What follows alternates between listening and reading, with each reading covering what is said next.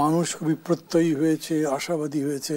তারা মনে করে পুরনো জীর্ণ যা বাদ দেওয়া উচিত, সেই রকম একটা দেশ বদলে আমরা নতুন বাংলাদেশ করতে পারবো। আমি এটাকে অনেক বড় বর্জন মনে করি। তবে ধরেন মানুষের আকাঙ্ক্ষা থাকলেই তো হলো, এরকম আকাঙ্ক্ষা তো স্বাধীনতার পরেও হয়েছিল, এরকম ভাষা আন্দোলনের পরে হয়েছিল, বড় বড় আন্দোলন যত হয়েছে, এরশাদ বিরোধী আন্দোলন বা শিক্ষার আন্দোলন 1970। কিন্তু পরবর্তীতে সেটা ট্রান্সলেট করেনি ইন্টু রিয়েলিটি, বিকজ লিডারশিপ এইটাকে সেই জায়গায় নিয়ে যেতে পারেনি। এখন এই 6 মাস সরকার দেশ চালিয়েছে, আমি মনে করি হানিমুন পিরিয়ড ওভার। এখন আপনি বলতে পারেন যে আসলে কীরকম হচ্ছে, সংসার কি সাজাতে পারছে, সুখের সংসার হবে, কীরকম হবে, এগুলো যদি বলেন তাইলে আমি এইখানে অর্জনের হার এমন কিছুই দেখি না। মানে ধরেন বেশি করে বলা হয়েছে কি আমরা যে বদলাবো দেশটা, সেটা সংস্কারের মাধ্যমে, রেভলিউশনারি ওয়েতে না। অন্তত ডক্টর ইউনূস সেটা বলেননি। হয়তো কেউ কেউ বলেছেন যারা আন্দোলনে ছিলেন, ছাত্র তরুণ, কিন্তু আন্দোলনে যেটি স্টিয়ার করছেন তিনি এটা বলেননি। তিনি কনস্টিটিউশনের পথে থাকতে চেয়েছেন, এখনও আছেন, গণতন্ত্রের পথে থাকতে চেয়েছেন এবং ইনক্লুসিভ পলিটিক্সের কথা বলছেন। সেই জায়গাতে তার অর্জন আমি এমন কিছুই দেখি না।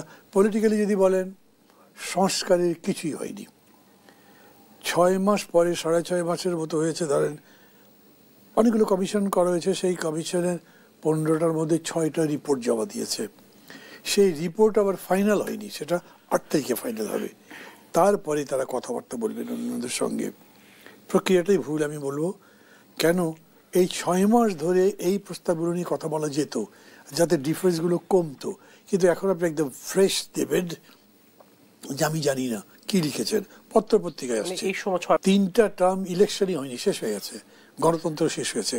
আপনি এখন চান যে একটা ফ্রেশ ইলেকশন হোক, অ্যাকসেপ্টেবল টু এভরিবডি, এবং কোয়ালিটি একটা ইলেকশন, যেই ইলেকশনের উপর দাঁড়িয়ে আপনি গণতন্ত্রের পথে সুগম সুস্থির মসৃণ যাত্রা শুরু করতে পারবেন। তো তার জন্য কি লাগবে? একটা ভালো পুলিশ বাহিনী লাগবে, ভালো ইলেকশন কমিশন লাগবে, ভালো একটা আমলাতন্ত্র লাগবে। এই 3টার কোনোটাই হয়নি। একটা আইজি চলে গেল, তার বদলে একটা আইজিকে নিয়ে আসলেন, এটা তো সংস্কার নয়। সংস্কারের সাথে গুণের প্রশ্ন জড়িত আছে, মানের প্রশ্ন জড়িত আছে। ওই দিকে যদি দেখেন তাহলে কিছুই হয়নি। এই যে এতগুলো প্রস্তাব আসছে না, আমার কাছে একটা প্রস্তাব ভালো লেগেছে, যেটা অ্যাডমিনিস্ট্রেটিভ কমিটি দিয়েছে, যে 4টা কি বলে এই ডিভিশনগুলোতে হাইকোর্টের সার্কিট বেঞ্চ দেওয়া হোক, আর উপজেলাগুলোতে বিশেষ আদালত করা হোক, যাতে বিচার ব্যবস্থা জনগণের দোরগোড়ায় পৌঁছে। এটা একটা পজিটিভ স্টেপ পড়ে রয়েছে। আমার বাকিগুলো যাই দেওয়া হয়েছে সবই বিতর্কের মধ্যে পড়বে বলে আমি মনে করি। আর ডক্টর ইউনূস বলেছেন যে যদি ঐক্যমত্য না হয় তাহলে আমি কোনো কিছু করব না। তো আপনি 4টা প্রদেশই বলেন, বাইক্যামেরাল লেজিসলেচার বলেন, তারপরে সংখ্যানুপাতিক ভোট বলেন, সবগুলোতে বিতর্ক হবে।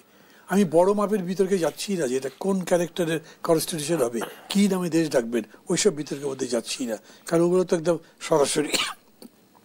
কেউ বলবেন ইসলামিক রিপাবলিক হবে, কেউ বলে সেকুলার হবে, অত দূরে আমি যাচ্ছি না।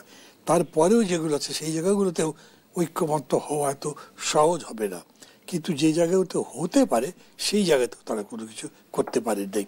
অথবা ধরেন আরেকভাবে বলি আমি কথা শেষ করব, যতগুলো রিটার্ন প্রস্তাব দিয়েছে বিভিন্ন পার্টিগুলো, আপনি সবগুলো একসাথে করেন, তার মধ্যে পড়তে পড়তে বুঝতে পারবেন না যেখানে 3000 প্রস্তাব আছে তার মধ্যে 30টা কমন আছে।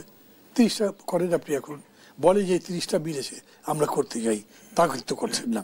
আপনি আবার আমি আপনার কাছে আসবো, জনাব রুহিন হোসেন প্রিন্স, আপনার কাছে আসি। স্বৈরাচার বিরোধী আন্দোলন বা গত 15 বছর আপনারাও মাঠে ছিলেন, স্বৈরাচার বিরুদ্ধে বা গণতন্ত্রের পক্ষে কথা বলেছেন। আমি খুব সরলীকরণ করেও যদি বলি, তাহলে আমি একটা বড় অর্জনের একটা বড় ব্যাপারটা হচ্ছে যে এর আগে যে শাসকরা ছিল, যে শাসনের অধীনে আমরা ছিলাম, তথাকথিত শাসনের অধীনে, তাতে এমন একটা আবহাওয়া তৈরি করা হয়েছিল যে আসলে কোনো কিছু করে লাভ নেই, এটা চলতে থাকবে। তা তার জন্য একটা ভয় রাজত্ব তৈরি করা হয়েছিল এবং এমন নিষ্পেষণের ধারা তৈরি করা হয়েছিল মানুষ যেন ওর বাইরে আর কিছু ভাবতে পারে না। তা সেই বাঁধটা ভেঙে গেছে এবং তরুণ প্রজন্ম, শ্রমিকরা সবাই মিলে জীবন উৎসর্গ করে একটা লড়াই করে তারা একটা নতুন দিশা দেখিয়েছে যে না, এই ধরনের জিনিস কোনো স্থায়ী হয় না, যে যত কথা বলুক। আমি সেইটা যে বাদ ভেঙে আসতে আমরা পারলাম, সেটা একটা বড় অর্জন বলে আমি মনে করি।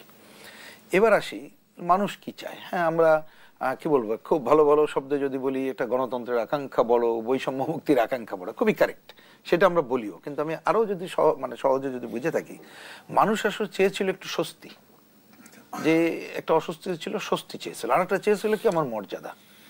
সে ভয়ের রাজত্ব করে, ভোট বন্ধ করে তাকে মর্যাদাহীন করে রাখা হয়েছিল। তাহলে এইটুকু যদি আমি মোটা দাগে ধরি, তাহলে এই 6 মাসে এই অর্জন নিয়ে তো খুঁজে পাওয়া যাবে না।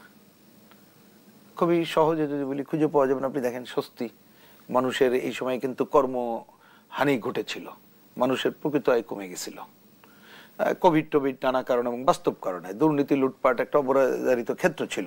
তা সেই জায়গায় অন্ততপক্ষে জিনিসপত্রের দাম, আইন শৃঙ্খলা পরিস্থিতি, সেটা একটা আস্থায় আসবে বলে ধারণা ছিল। তো প্রথম দিকে আসে নাই, সময় বলছেন, কিন্তু 6 মাস তো কম সময় না।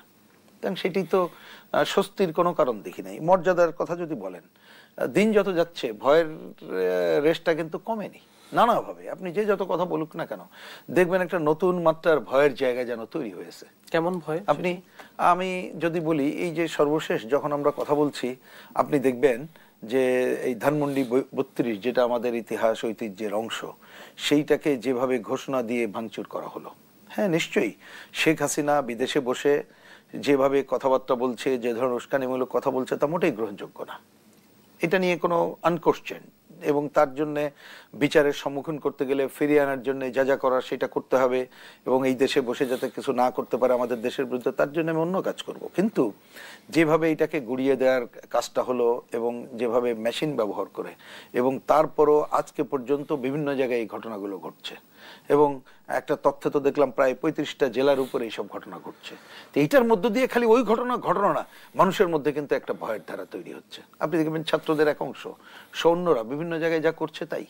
এবং আপনারা স্বীকার করেন না করেন, আমি তো দেখি যে পত্র পত্রিকা অন্যান্য জায়গায়, হ্যাঁ হয়তো কাগজে কলমে সব ঠিক আছে, কিন্তু নানা ধরনের এই ধরনের ভয়ের মাত্রাটা কিন্তু আছেই। এটা অস্বীকার করার কোনো কারণ করতে পারেন, কিন্তু আমরা দেখছি। আপনি এমন কি ধরে নেন, পুলিশ থেকে শুরু করে অন্যরা তাদের ভূমিকা নেওয়ার বিষয়টা বলে, আর্মি ওইখানে গেল, যেভাবে ভুয়া বললো, চলে আসা হলো। তো বিষয়টা কি, মানে আমি যে পুরো পরিস্থিতিটাই ওই একটা ঘটনা দিয়ে আপনি মূল্যায়ন করতে পারবেন, ওর প্রতিক্রিয়াগুলো কিন্তু এই ধরনের হচ্ছে।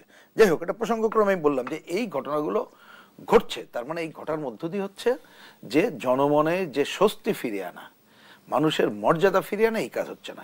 অনেক ঘটনার মধ্যে এটাও বলা দরকার। একটা ঘটনা আমি পজিটিভের জায়গা প্রথম দিকে এটা বলা দরকার ছিল, সেটা হচ্ছে যে আমাদের মানুষের মধ্যে যে একটা পরিবর্তনের আকাঙ্ক্ষা, সংস্কার শব্দটা প্রচলিত হয়ে আসছে, সেই আকাঙ্ক্ষা, এবং হচ্ছে যে এই যে কতগুলো যে কি করা যায় না যায়, যে কথাগুলো অনেকদিন ধরে ছিল না, সেই কথা বলার আকাঙ্ক্ষা তৈরি হয়েছে।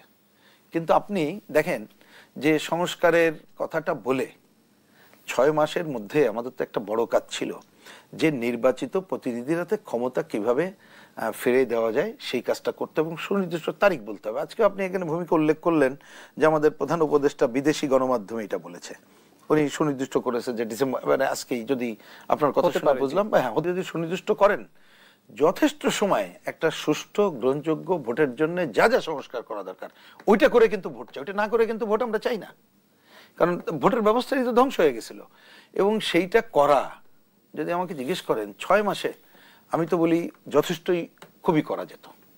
কি, আমি একটা উদাহরণ যদি দেই, এটা আমরা কিন্তু প্রথমেই বলেছিলাম, যে সংস্কার কমিটি করা হয়েছিল তাদেরকে যদি বলা হতো এরকম করে যে আপনারা রিপোর্ট দেওয়ার আগে বিভিন্ন রাজনৈতিক দলগুলো, আমি এই কথাটা বলতে চাই এই জন্য কারণ একাধিকবার আমরা এই বিকল্পগুলো পরিষ্কার বলেছিলাম, এটা করে নাই। না করে বরঞ্চ আমি দেখতে পাচ্ছি যে 2-1টা এমন কথা তারা সামনে নিয়ে আসছে, প্রধানত সংবিধান সংস্কার, বা ধরেন প্রশাসনের অন্যান্য জরুরি সংস্কার আছে, কিন্তু প্রদেশ অনেকগুলো কথা আসতে পারে, আমি আশা নিয়ে আপত্তি করছি না, কিন্তু দেখা যাচ্ছে ওইটাই প্রধান বিতর্ক চলে এসেই এইটাকে অন্যদিকে যে ডাইলুটেড হয়ে যাচ্ছে। তার মানে মানুষের মধ্যে দিন যত যাচ্ছে, এই স্বস্তি না দেয়াতে, মর্যাদাহীন করে রাখাতে, ভয়ের ধারা, মবের পরিবেশ পরিস্থিতি তৈরি করাতে ঘড়িমসি করছে না। আমি বলছি যে এইগুলো ঘটনায় পুরো মানুষের মধ্যে এই ধারণা হচ্ছে যে এই সরকার তো আমাদের জন্য কিছুই করতে পারলো না, বরঞ্চ সে এক অজানা কারণে দেরি করতেছে, সেইটা আরো আমাদেরকে যে গণতন্ত্রের যাত্রা আমরা শুরু করতে চেয়েছিলাম, কারণ 5ই আগস্ট কিন্তু আমাদের দিক থেকে আমার ধারণা সবাই আমরা একই কথাই বলেছিলাম, যে ভাষায় বলি, যে পূর্ণ গণতান্ত্রিক অধিকার অর্জন করার জন্য আমাদের সংগ্রাম অব্যাহত রাখতে হবে। সেই সংগ্রাম আগের মতো মারদাঙ্গার সংগ্রাম না, কিন্তু আমরা ওইখানে আছি, কিন্তু মানুষ এখনো তার কোনো রেখা দেখতে পাচ্ছে না। জি, ধন্যবাদ। আমি আসবো একটি বিরতি থেকে ফিরে এসে। প্রিয় দর্শক, সপ্তাহে দেশে নিচ্ছে একটি ছোট্ট বিরতি, ফিরছি একটু পর, সঙ্গে থাকুন। এই কথাটাকে কত সিরিয়াসলি নিতে হবে তা তো আমি বুঝতে পারছি।